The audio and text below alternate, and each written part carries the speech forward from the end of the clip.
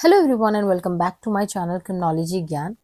और आज की वीडियो में हम 30 डेज स्ट्रेटेजिक प्लानिंग को डिस्कस कर रहे हैं, जिससे हम यूजीसी नेट क्रिमिनोलॉजी को क्रैक कर पाए within these 30 days. Only thing जो आपको ध्यान रखना है that is you have to be consistent, and second thing you have to work smart. ठीक है, आपको कंसिस्टेंट रहना है, आपको स्मार्टली वर्क करना है। Third thing, you have to make short notes, और ताकि जो आप एंड टाइम पे रिवाइज करें उसको, जब आपका रिवीजन का टाइम है तो वहां पर आपके पास शॉर्ट नोट्स रेडी होने चाहिए एकदम। एंड फोर्थ थिंग जो आपको ध्यान रखनी है वो ये ध्यान रखना है कि आपको पेपर 1 को भी साथ लेकर चलना है। ठीक है, I am discussing only paper 2 strategy, लेकिन आपको पेपर 1 के लिए भी ध्यान रखना है, पेपर 1 के स्ट्रेटेजी का भी ध्यान रखना है।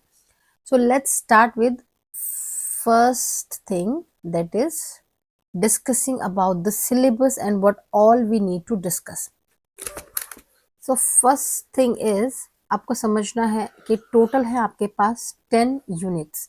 आपके पास टोटल है 10 यूनिट्स, और इसमें ये जो 10 यूनिट्स हैं आपको इसको डिवाइड करना पड़ेगा कि हाई स्कोरिंग यूनिट्स कौन से हैं, लो स्कोरिंग यूनिट्स कौन से हैं, और मॉडरेट स्कोरिंग यूनिट्स कौन से हैं। ठीक है, तो इन 10 यूनिट्स को हमने पहले 3 ब्रॉडली कैटेगरीज में डिवाइड कर दिया है। हाई स्कोरिंग यूनिट्स जो हैं वो 40 से 50% वेट रख रहे हैं, और मॉडरेट जो हैं वो अराउंड 30 to 40% वेट रख रहे हैं, एंड जो लो स्कोरिंग है वो 10 to 20% वेटेज रख रहे हैं। ठीक है जी। देन हम बात कर लेते हैं कि अब इसमें हमको पढ़ना क्या क्या है। पहले हमें ध्यान रखना है कि हमें स्टार्ट करना है यूनिट 3 और यूनिट 4 से स्टार्ट करना है। और यूनिट 3 और यूनिट 4 के अंदर हमें थ्योरीज ऑफ क्रिमिनोलॉजी के बारे में बताया गया है। इसमें अलग अलग थ्योरीज के बारे में है। तो हमको अब जो पैटर्न देखने को मिल रहा है वो पैटर्न क्या है हमारा, पैटर्न एक बार डिस्कस कर लेते हैं। मेनली सीक्वेंस बेस्ड पैटर्न है आपका। एक तो सीक्वेंस बेस और एक आ जाता है मैच ना। ये दो हमें पैटर्न आजकल यूजीसी नेट क्रिमिनोलॉजी के पेपर में देखने को मिल रहा है। तो यहाँ पर जो भी आप ये थ्योरीज के बारे में पढ़ रहे हैं, या फिर आप पढ़ेंगे बुक्स के बारे में, आप पढ़ेंगे ऑथर्स के बारे में, आप पढ़ेंगे थ्योरीज के ईयर्स के बारे में, तो आपको क्या करना है, उसे इस फॉर्मूले में डालना है कि सीक्वेंस वाइज आपको थ्योरीज को रिवाइज करना है।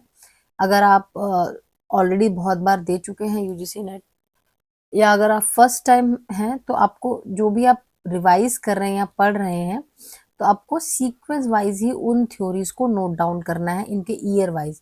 ये सबसे पहले प्री क्लासिकल स्कूल है, फिर क्लासिकल स्कूल है, फिर न्यू क्लासिकल स्कूल है। इस तरीके से क्या करना है, आपको अरेंज करना है सीक्वेंस में on the basis of the year, किस ईयर में वो आए थे। ठीक है, अब जो है इसके अंदर हमको और एक चीज जो ध्यान रखनी है वो है इम्पॉर्टेंट टर्म्स के बारे में। कुछ कुछ थ्योरीज जो है वो इम्पॉर्टेंट टर्म्स के बारे में भी बात करता है, तो आपको उन टर्म्स को भी ध्यान में रखना है। जैसे सोशल कॉन्ट्रैक्ट हो गया, हेडोनिज्म हो गया, यूटिलिटेरियनिज्म हो गया। ठीक है, तो इस तरीके से आपको चीजों को ध्यान रखना है। ऐसे आपने यूनिट 3 और यूनिट 4 प्रिपेयर कर लिया। उसके बाद आ जाता है आपके यूनिट 5। ठीक है, तो यूनिट 5 के अंदर देखो आपके सुप्रीम कोर्ट के जजमेंट्स हैं, डायरेक्ट क्वेश्चंस बनते हैं आपके लॉ के। अब एक बार ना आप यूनिट 5 देखो, इसमें सिलेबस में यूनिट 5 के अंदर देखो आपके पास क्या क्या चीजें हैं। एक्यूसेटोरियल और इनक्यूसेटोरियल क्रिमिनल जस्टिस सिस्टम है, substantive and procedural law, strict liability हो गया, cognizable offences, non cognizable offences, general exception offences, ये इंपॉर्टेंट है, लास्ट टाइम भी पूछा था। जनरल एक्सेप्शंस का क्या रहता है यहाँ पे, देखो आईपीसी तो अब नहीं है, बीएनएस है। मेन आपको सेक्शन नंबर नहीं याद करने हैं, मतलब इतना फोकस आपको सेक्शन नंबर पर नहीं करना है। आपको मेन फोकस किस पर करना है, उसके कंटेंट पर, कि जनरल एक्सेप्शन में कहा क्या गया है। ठीक है, तो स्टेटमेंट आपको दे देंगे और फिर आपसे पूछेंगे क्या ये जनरल एक्सेप्शन में आता है, या फिर उस तरीके से कोई एक एलिमेंट मिस कर देंगे। आपको एक स्टेटमेंट दे दिया जनरल एक्सेप्शन का और उसमें से कोई वर्ड मिस कर दिया, और फिर आपसे पूछेगा इसमें इस जगह पर क्या चीज आ सकती है, या इस तरीके से फिर आपसे पूछा जाएगा। देन एफआईआर, अरेस्ट, इन्वेस्टिगेशन का पूरा प्रोसेस पूछा जाता है ना, इन्वेस्टिगेशन का पूरा प्रोसेस पूछा जाता है, बेल के बारे में पूछा जाता है, डाइंग डिक्लेरेशन अभी लास्ट टाइम कुछ टाइम से नहीं पूछ रहे हैं, but dying declaration is also one of the important topic. फिर राइट्स ऑफ प्रिजनर्स, एंड ये बहुत इंपॉर्टेंट है सुप्रीम कोर्ट गाइडलाइंस के बारे में, बहुत बहुत बहुत ज़्यादा इंपॉर्टेंट है आजकल। जो रिसेंट कुछ हमने प्रीवियस ईयर क्वेश्चंस देखे हैं उसमें सुप्रीम कोर्ट गाइडलाइंस जो भर भर के पूछी गई हैं, सुप्रीम कोर्ट के लैंडमार्क जजमेंट्स भर भर के पूछे गए हैं, ठीक है।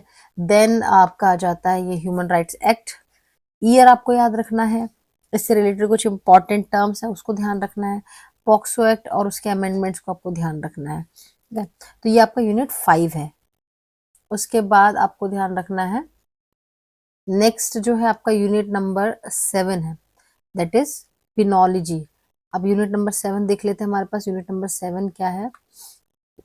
इसमें देखो आपको डेफिनेशन वगैरह से कोई ज़्यादातर सवाल नहीं पूछे जाते हैं, फिर भी अगर आपको एक बार नज़र दौड़ानी है तो आपको क्या ध्यान रखना है कि पिनोलॉजी के अलग अलग डेफिनेशन किसने दिए थे, जो मोस्टली वाइडली एक्सेप्टेड जो पिनोलॉजी का डेफिनेशन है वो किसने दिया है। आपको मेन यहाँ पर ध्यान रखना, जो मेन फोकस अब आजकल किया जा रहा है वो किया जा रहा है रेस्टोरेटिव जस्टिस के ऊपर, कि रेस्टोरेटिव जस्टिस का पहला कॉन्सेप्ट कहाँ से आया और इसको दिया किसने था, इससे रिलेटेड कोई अगर रूल्स हैं, लॉ है, वो उसके बारे में पूछ लेते हैं। रेस्टिट्यूशन हर बार पूछा गया है कि जब भी जो ऑफेंडर है वो कुछ अमाउंट पे करता है विक्टिम को for the loss he has caused to the victim, तो उस केस में उस चीज को क्या कहेंगे, रेस्टिट्यूशन कहेंगे। तो ये इंपॉर्टेंट है। लास्ट पेपर में विक्टिम ऑफेंडर मेडिएशन के बारे में भी पूछ लिया गया था। कैपिटल पनिशमेंट पूछा जाता है, किस वे में पूछा जाता है कि कौन सी कंट्री है जहां पर कैपिटल पनिशमेंट बैन हो गया है, ठीक है। इस तरीके से सवाल आपसे पूछे जाते हैं। थ्योरीज ऑफ पनिशमेंट में अभी तो नहीं आ रहा है, लेकिन लास्ट कुछ टाइम में था, जैसे कि उसमें पूछते हैं कि आपको स्टेटमेंट दे दिया जैसे एन आई फॉर एन आई या टूथ फॉर अ टूथ, ये किस थ्योरी ऑफ पनिशमेंट के बारे में बात कर रहा है, इस तरीके से। एंड ये जो है लास्ट में आपका standard minimum rules for non custodial measures, तो आपको क्या करते हैं इनडायरेक्टली ये नाम दे दिया जाता है या तो टोक्यो रूल लिख दिया जाता है, फिर आपको मैच करना होता है कि इनमें से कौन सा है। फिर इसमें भी आपको ना सीक्वेंस वाला देखने को मिल सकता है कि पहले कौन सा आया, पहले टोक्यो रूल्स आए या पहले नेल्सन मंडेला रूल्स आए या फिर प्रिजन एक्ट आया, प्रिजनर्स एक्ट आया या प्रोबेशन ऑफ ऑफेंडर्स एक्ट आया। इस तरीके से सीक्वेंस और पैटर्न हमको देखने को मिल जाता है। तो ये भी इम्पोर्टेंट है, इसको आप ध्यान रखेंगे। देन आपका आ जाता है unit number 9, it is very very important, juvenile justice के ऊपर है कंप्लीट ये। इसमें आपसे देखो क्या क्या पूछा जाता है। ट्रुआंसी वर्ड जो है ये बहुत इंपॉर्टेंट है, हर बार पूछा गया है किसी ना किसी फॉर्म में, ठीक है। इसके अलावा जेजेबी के बारे में पूछा जाता है, उनके जो मेंबर्स हैं, क्वालिफिकेशन उनकी पूछी जाती है। ये जो चाइल्ड केयर इंस्टीट्यूशंस हैं, ऑब्जर्वेशन होम्स हो गए, जुवेनाइल होम हो गए, फिट इंस्टीट्यूशंस हो गए, स्पेशल होम्स हो गए, ठीक है। देन ये जो यूएन रियाद गाइडलाइंस है ना, जो यहाँ पर मैंने आपको बताया टोक्यो रूल्स है ना, सेम यहीं पर ऐसे पूछ सकते हैं कि इसको सीक्वेंस में करो आप। देन आपसे चाइल्ड वेलफेयर कमेटी के बारे में पूछा जा सकता है। जेजे एक्ट बहुत अच्छे से आपको पढ़ना है। आप जेजे एक्ट पढ़ेंगे और उससे रिलेटेड जो भी अमेंडमेंट्स हैं उसको आप एक बार अच्छे से पढ़ लेंगे तो ऑलमोस्ट सारी चीजें जो है इसमें कवर हो जाती हैं। जेजे एक्ट जो है मेजॉरिटी ऑफ द पोर्शन इसका कवर करता है। ये ऑब्जर्वेशन होम्स है ना, इनकी डिटेल सारा कुछ जो है जेजे एक्ट के अंदर आपको मिल जाएगा। एंड एक चीज और आपको ध्यान रखनी है, जेजे एक्ट से पहले जो एक्ट्स आए थे उनका ईयर अगर आप याद रख पाए, उसको सीक्वेंस वाइज लिख कर उनका ईयर आप याद रख पाए तो वो इम्पोर्टेंट है। अब ये तो हो गए हमारे इम्पोर्टेंट चैप्टर जो आपको स्टार्टिंग में 12 दिनों के अंदर आपको उसको कंप्लीट करना है। फर्स्ट डे से जब भी आप स्टार्ट कर रहे हैं उसके 12 दिनों के अंदर अंदर आपको उसको कंप्लीट कर लेना है। अब इसके अंदर जो बुक्स और मटेरियल्स मैंने रिकमेंड करे हैं वो है एनवी परांजपे की बुक, आप रेफर कर सकते हैं। इसके अलावा जो जो भी एक्ट के बारे में मैंने आपको बताया है ना, नेल्सन मंडेला रूल्स हो गया, जेजे एक्ट हो गया, पॉक्सो एक्ट हो गया, इससे रिलेटेड जो भी एक्ट्स रूल्स जो मैंने आपको बताए हैं वो सारा आपको नेट पर ही मिल जाएगा पीडीएफ। अगर आपको नहीं मिलता है तो आप नीचे मुझे कमेंट सेक्शन में मैसेज ड्रॉप कर सकते हैं कि इससे रिलेटेड आपको मटेरियल नहीं मिल रहा है, तो मैं आपको उसको सेंड कर दूंगी। आप टेलीग्राम चैनल ज्वाइन कर सकते हैं मेरा, वहां पर अगर आप मुझे बताएंगे कि आपको इससे रिलेटेड जो है मटेरियल नहीं मिल रहा है तो मैं उसको आपको सर्च करके और दे दूंगी, प्रोवाइड करा दूंगी। देन आप इग्नू मटेरियल्स को भी रेफर कर सकते हैं। और उसके बाद Ahmad Siddique criminology, penology and victimology, जो कि थोड़ा बहुत एनवी परांजपे से सेम ही है। और इसके अलावा अगर आप और अच्छे से डिटेल में पढ़ना चाहते हैं तो शमालगर की बुक है, और उसको आप देख सकते हैं। ये बहुत अच्छी बुक है, थ्योरीज को रेफर करने के लिए आप इस बुक को देख सकते हैं। Next is moderate scoring units जो है, जैसे कि यूनिट 2 है आपका बेसिक्स ऑफ क्रिमिनोलॉजी के बारे में बताया गया, जहाँ पर क्रिमिनोलॉजी के डेफिनेशंस अलग अलग क्रिमिनोलॉजिस्ट ने दी थी, वो आपको देखना है। ठीक है। देन क्राइम प्रिवेंशन के ऊपर कुछ कुछ चीज़ें पूछी जाती हैं। देन आप ये सीपीटीडी के बारे में एक आध बार पूछा गया है पहले भी, इलेक्ट्रॉनिक मॉनिटरिंग, जहाँ पे सीसीटीवी वगैरह के बारे में पूछा जाता है। तो इसमें मैच मैच द फॉलोइंग करके आपसे क्वेश्चंस पूछे जा सकते हैं। उसके बाद ये रोल ऑफ लॉ मेकिंग का लास्ट ईयर क्वेश्चन आया था दिसंबर में ही अभी, कि इंडिया में लॉ कैसे बनता है, या तो उस तरीके से आपसे ये सवाल पूछा जा सकता है। वो सीक्वेंस वाला ही सवाल हो गया कि पहले क्या प्रोसीजर रहता है, फिर उसके बाद क्या रहता है, फिर क्या रहता है, इस तरीके से आपसे पूछा जा सकता है। देन हम बात कर लेते हैं कि विक्टिम्स के पार्टिसिपेशन के बारे में, उसके बारे में पढ़ लेंगे। देन तो ये आपका हो गया यूनिट 2। फिर आ जाता है आपका यूनिट नंबर 8। ठीक है। यूनिट 8 बात करता है डिफरेंट टाइप्स ऑफ प्रिजन की, कमीशन, कमिटीज, इस तरह के बारे में बात करता है। ठीक है। आपको यहाँ पर और क्या चीज ध्यान रखनी है, आपको प्रिजन स्टैटिस्टिक्स एनसीआरबी का जो डेटा है उसको भी रेफर करना है। प्रिजन स्टैटिस्टिक्स 2022 है अभी लेटेस्ट, तो उसको भी आपको रेफर करना है। ठीक है। अभी एक बार यूनिट 8 देख लेते हैं क्या क्या है इसके अंदर और चीज़ें। यूनिट 8 के अंदर देखो आपके डिफरेंट टाइप्स ऑफ प्रिजन्स हैं, प्रिजनर्स हैं। ठीक है। और सेंट्रल जेल्स, डिस्ट्रिक्ट जेल्स, सब जेल्स के बारे में बताया गया है। देन ये एडमोनिशन वर्ड जो है बहुत इंपॉर्टेंट है। एडमोनिशन जहाँ पे प्रोबेशन प्रोबेशन के बारे में इम्पॉर्टेंट है। प्रोबेशन ऑफ ऑफेंडर एक्ट जो है इम्पॉर्टेंट है। पैरोल के बारे में कहीं ना कहीं किसी न किसी फॉर्म में पूछा ही जा रहा है।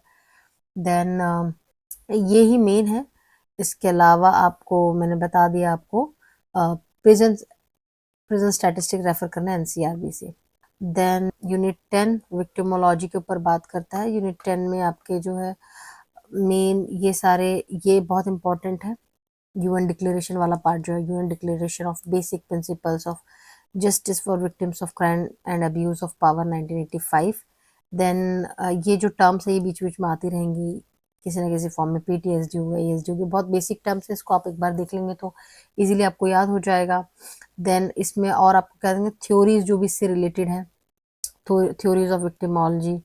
और साथ में आपको क्या ध्यान रखना है, और आपको ध्यान रखना है जो भी वेरियस टर्म्स हैं, various terms related to victimology, जैसे पीनल कपल हो गया, विक्टिम डायड हो गया, इस तरीके से कुछ कुछ टर्म्स हैं जो विक्टिम से रिलेटेड रहते हैं, उनको आपको ध्यान रखना है।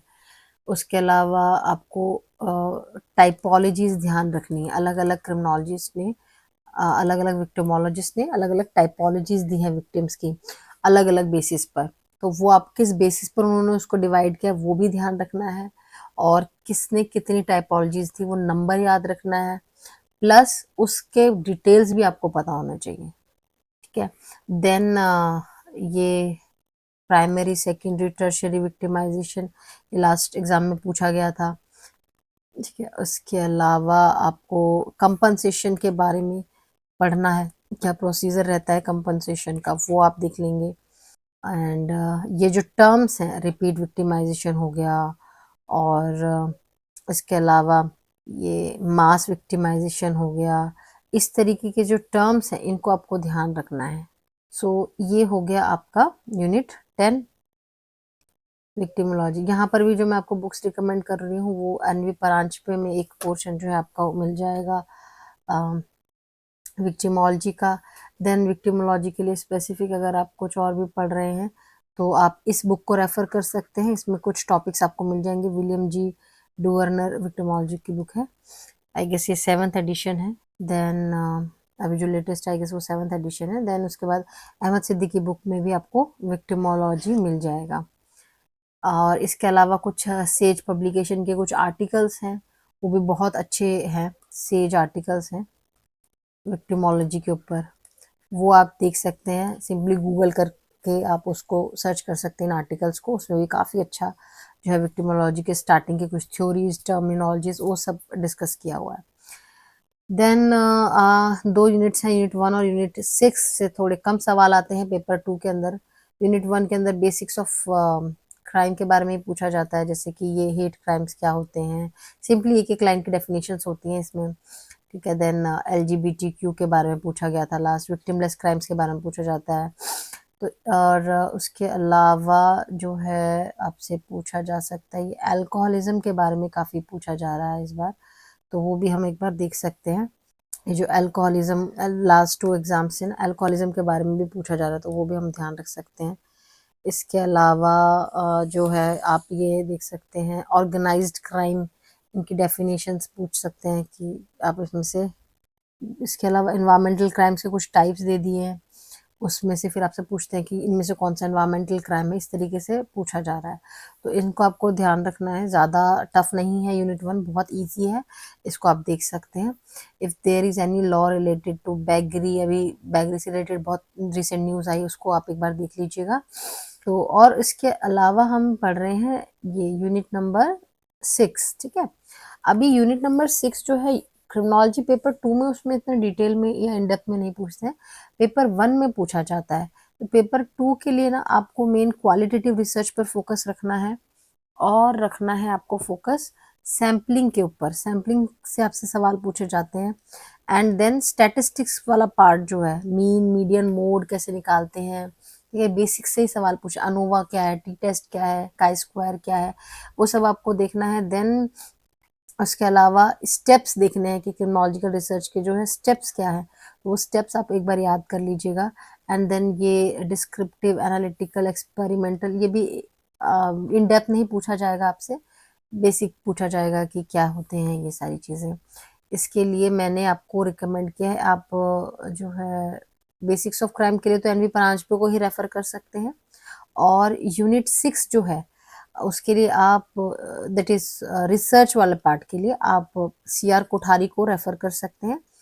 इसके अलावा और भी बहुत सारी बुक्स हैं, लेकिन जो बेसिक बुक है वो कोठारी की ही बुक है, तो उसको आप रेफर कर सकते हैं। एंड क्योंकि ये जल्दी हो जाएगा कंप्लीट, तो इसमें आपको सिर्फ 5 दिन लगाने हैं, एंड लास्ट 10 ईयर के प्रीवियस ईयर क्वेश्चंस भी आप इसमें आपको सॉल्व करना है। बाकी इससे पहला जो यूनिट था इसमें भी देखो आपको जैसे यहाँ पर आपको 12 दिन लगा दिया आपने, फिर इसमें 13 से 20 डेज आपको इधर लगाने हैं, एंड देन 25 से 25 डे, 21 से डे 25 जो आप ये वाला यूनिट सॉल्व करने में लगाएंगे। देन आपका जो लास्ट के 5 डेज रह जाएंगे उसमें आपको करने हैं फुल लेंथ मॉक्स करने हैं। लेकिन मैं मॉक से पहले आपको सजेस्ट करूंगी आप प्रीवियस ईयर क्वेश्चंस कीजिए, एटलीस्ट 10 ईयर्स के, है ना। तो ये 10 ईयर्स अगर आपको इन डेज में नहीं हो पाते तो आप इधर उसको कंटिन्यू कर सकते हैं, और उसके बाद जब वो आपके सारे सॉल्व हो जाए, ऐसा नहीं कि सिर्फ आपको टिक लगाना है, आपको उसको एनालाइज भी करना है कि आप कहाँ कहाँ पर अटक रहे हैं, है ना। आपको अपने वीक एरियाज आइडेंटिफाई करने हैं अपने प्रीवियस ईयर क्वेश्चन से ही, वहां से आपको अपने वीक एरियाज पता चल जाएंगे, आप फिर उसमें से उन टॉपिक को वापस पढ़ेंगे।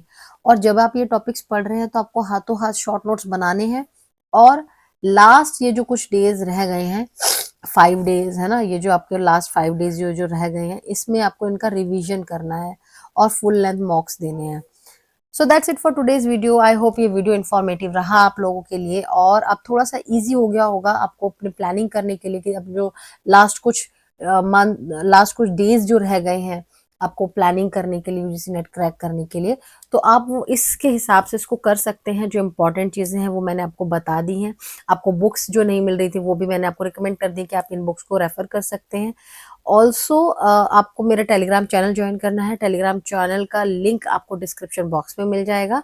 साथ के साथ अगर आप चैनल पर नए हैं तो चैनल को प्लीज़ प्लीज़ प्लीज़ सब्सक्राइब कर दीजिए। कोई नया टॉपिक है जो आप चाहते हैं कि मैं आपको उस पर वीडियो बनाकर बताऊं, तो आप मुझे नीचे कमेंट बॉक्स में लिख दीजिए, and I will get back to you. And so मिलते हैं नेक्स्ट वीडियो में। Till then bye bye and take care.